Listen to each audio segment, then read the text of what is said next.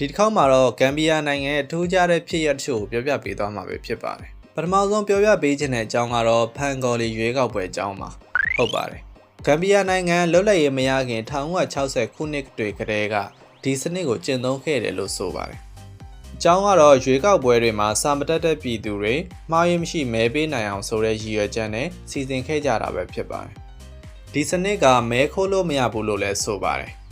ဖန်ကော်လီတန်မုံနဲ့ထည့်လိုက်တဲ့အခါမှာတောင်းဆိုတဲ့အတန်တစ်ချက်မြည်လာမှာဖြစ်ပြီးတော့အကယ်၍သင်ကနှလုံးထည့်လိုက်တဲ့ဆိုလို့ရှိရင်အတန်နှစ်ချက်မြည်သွားမှာပဲဖြစ်ပါတယ်။ဒါဆိုရင်ဒီအတန်ကိုကြားပြီးတော့မဲရုံဆောက်ကချက်ချင်းသိရှိသွားမှာပဲဖြစ်ပါတယ်။ဒီစနစ်ကိုဂမ်ဘီယာနိုင်ငံမှာဗြိတိရှားစီကနေလွတ်လပ်ရေးရပြီးတဲ့အချိန်ကနေဒီကနေ့ရွေးကောက်ပွဲတွေအထိအသုံးပြုနေကြတော့မယ်လို့ဆိုပါတယ်